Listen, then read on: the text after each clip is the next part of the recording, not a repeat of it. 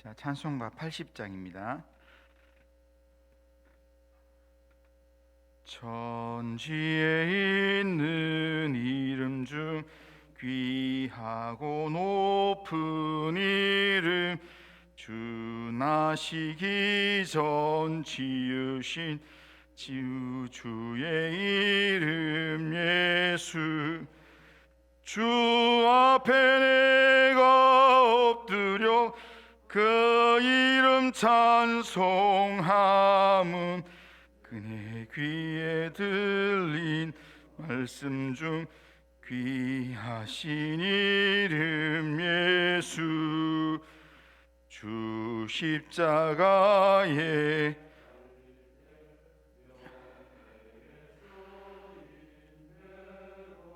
저 유대인의 왕이요 또 우리 왕이시라. 주 앞에 내가 엎드려 그 이름 찬송함은 내 귀에 들린 귀하신 이름 예수. 지금도 살아 계셔서 언제나 하시는 일, 나 같은 죄인 부르사 참 소망 주시도다. 주 앞에 내가 엎드려 그 이름 찬송함은 내 귀에 들린 말씀 중 귀하신 이름 예수. 주 예수께서 영원히 어제나 오늘이나 그 이름으로 우리에게 참 복을 내리신다. 주 앞에 내가 엎드려 그 이름 찬송함은 내 귀에 들린 말씀 중 귀하신 이름 예수. 아멘. 자, 신앙 고백하겠습니다. 나는 전능하신 아버지 하나님 천지의 창조주를 믿습니다. 나는 그의 유일하신 아들 우리 주 예수 그리스도를 믿습니다. 그는 성령으로 잉태되어 동정녀 마리아에게서 나시고 본디오 빌라도에게 고난을 받아 십자가에 못 박혀 죽으시고 장사된 지 사흘 만에 죽은 자 가운데서 다시 살아나셨으며 하늘에 오르시어 전능하신 아버지 하나님 우편에 앉아 계시다가 거기로부터 살아있는 자와 죽은 자를 심판하러 오십니다. 나는 성령을 믿으며 거룩한 공교회와 성도의 교제와 죄를 용서받는 것과 몸의 부활과 영생을 믿습니다. 아멘. 자, 요한복음 1장. 요한복음 1장 9절에서 18절입니다.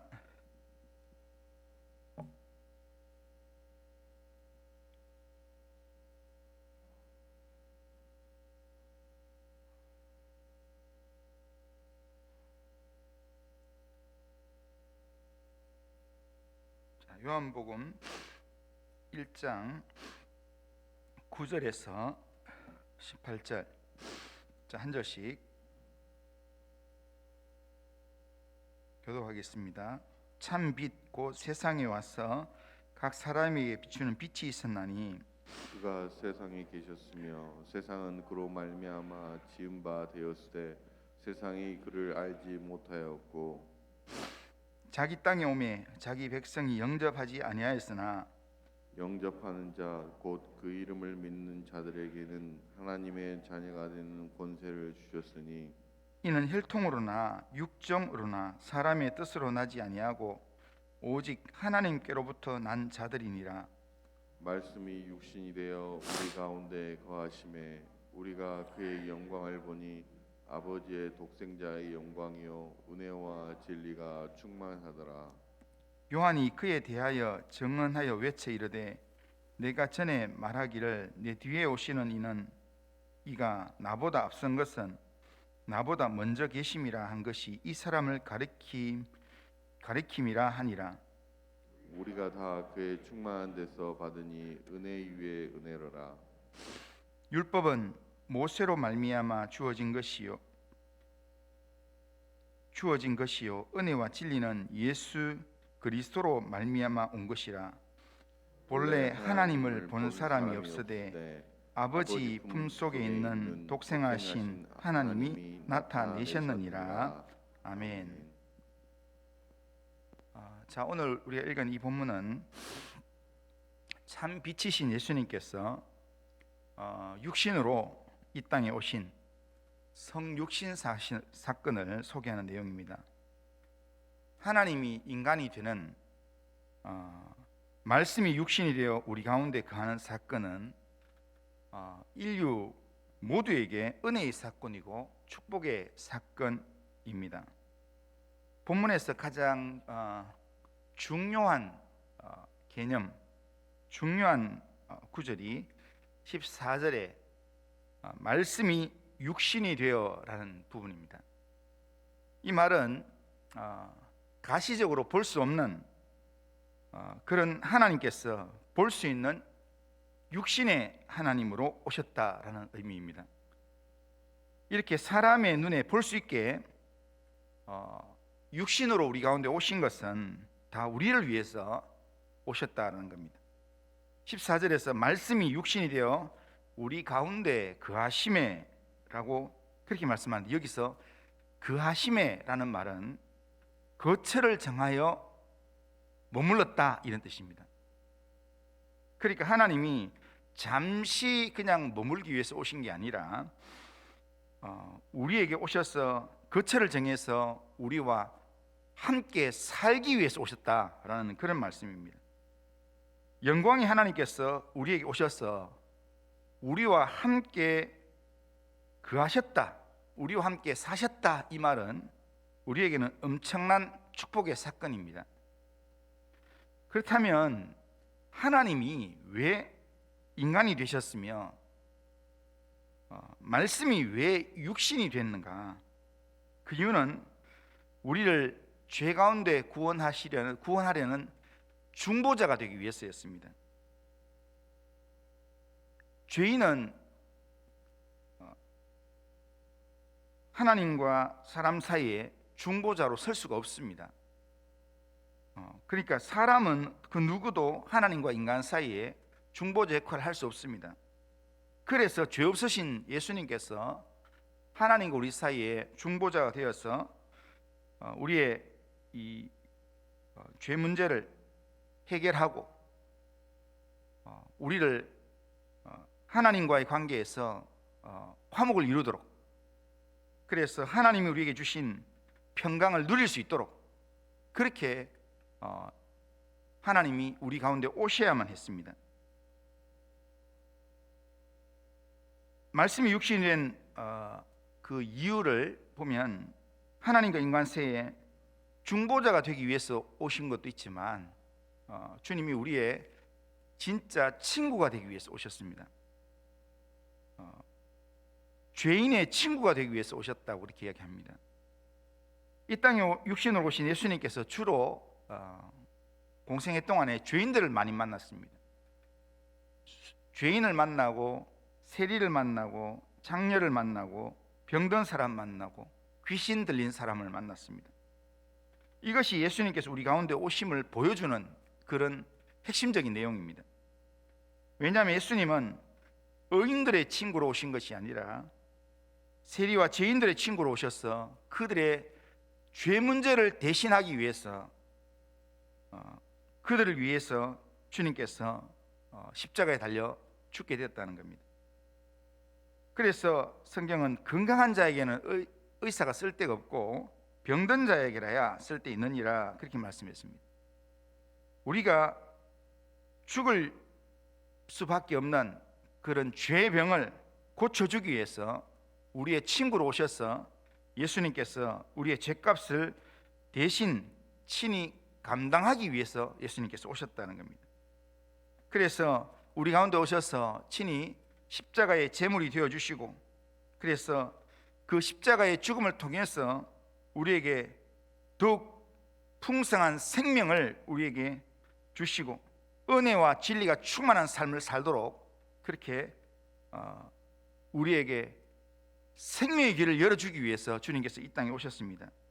주님께서 이런 목적을 가지고 이 땅 각 사람에게 빛을 비추는 참 빛으로 이 땅에 임마누엘 하셨습니다. 하지만 주님이 친히 지으신 이 세상은 빛으로 오신 예수님을 알지도 못했고 예수님을 영접하지도 않았습니다. 오히려 그 당시 예수님을 거절함으로 예수님을 이 땅에서 제거해야 마음이 편하겠다 하면서 예수님을 십자가에 못 박았습니다. 예수님께서 친히 지으신 세상이 예수님을 알지도 못했고 예수님을 영접하지도 않았습니다. 그러나 예수님 분명하게 이야기합니다. 1장 12절에 보면 영접하는 자, 곧 그 이름을 믿는 자들에게는 하나님의 자녀가 되는 권세를 주셨다, 그렇게 말씀합니다. 참 빛으로 오신 예수님을 영접하는 자에게는 하나님의 자녀가 되는 권세를 주셔서 하나님의 나라를 상속받게 하셨다라는 것입니다. 그 이유는 그 당시에 세상이 다 몰라보고 거절했던 그 예수님을 지금 유대인들이 거절하고 세상이 다 거절했던 그 예수님을 영접했다는 것, 예수님을 믿는다는 것, 이것은 13절에 의하면 이거는 인간적인 노력으로 되는 게 아니라 하나님께로부터 난 자녀만이 할 수 있는 일이기 때문에, 하나님의 자녀이기 때문에 하나님께서 그렇게 권세를 주신다는 겁니다. 13절에 보면 이는 혈통으로나 육정으로나 사람의 뜻으로 나지 아니하고 오직 하나님께로부터 난 자들이니라, 이렇게 말합니다. 하나님의 자녀가 된다는 것, 이것은 오직 하나님께로부터 난 자라야 된다라는 말씀입니다. 하나님께로부터 난 자들은 예수님을 영접하고 또한 예수님을 하나님의 아들로 믿고 그 믿음으로 하나님의 자녀의 권세를 누리게 된다는 겁니다. 우리는 지금 예수를 믿고 있는 우리는 이미 하나님의 자녀가 된 사람들입니다. 우리가 믿는다는 것, 우리의 의지로 내가 믿어야지 해서 믿어지는 그런 내용이 아니라 하나님의 뜻으로 말미암아 하나님께서 창세전에 우리를 택하셔서 하나님의 사람으로 불러주셨기에 우리가 때가 되면 예수님을 믿고 하나님의 자녀로 또한 주님과 함께하는 삶을 살게 됩니다. 우리가 믿는 예수님 안에 하나님의 영광이 있습니다. 예수님 안에 은혜와 평강이 있습니다. 그렇기 때문에 우리가 하나님의 자녀 된 사람으로서 우리 안에 거주하시는 주님의 은혜와 진리를 사모하는 삶을 살아야 되고, 또한 은혜와 진리가 충만한 예수 그리스도를 우리가 늘 내 안에 채우는 삶을 살아야 합니다. 주님만을 온전히 의지하고 주님의 인도함을 받는 그런 삶을 우리가 살아야 합니다. 우리에게 은혜와 진리가 충만한 그 주님께서 우리에게 중보자가 되어주시고 우리의 죄 문제를 해결하시고 우리가 이 땅에서의 삶을 잃어버렸던 것을 회복시키고 하나님의 사람답게 살도록 만들기 위해서 말씀이 육신이 되어 우리 가운데 찾아오셨습니다.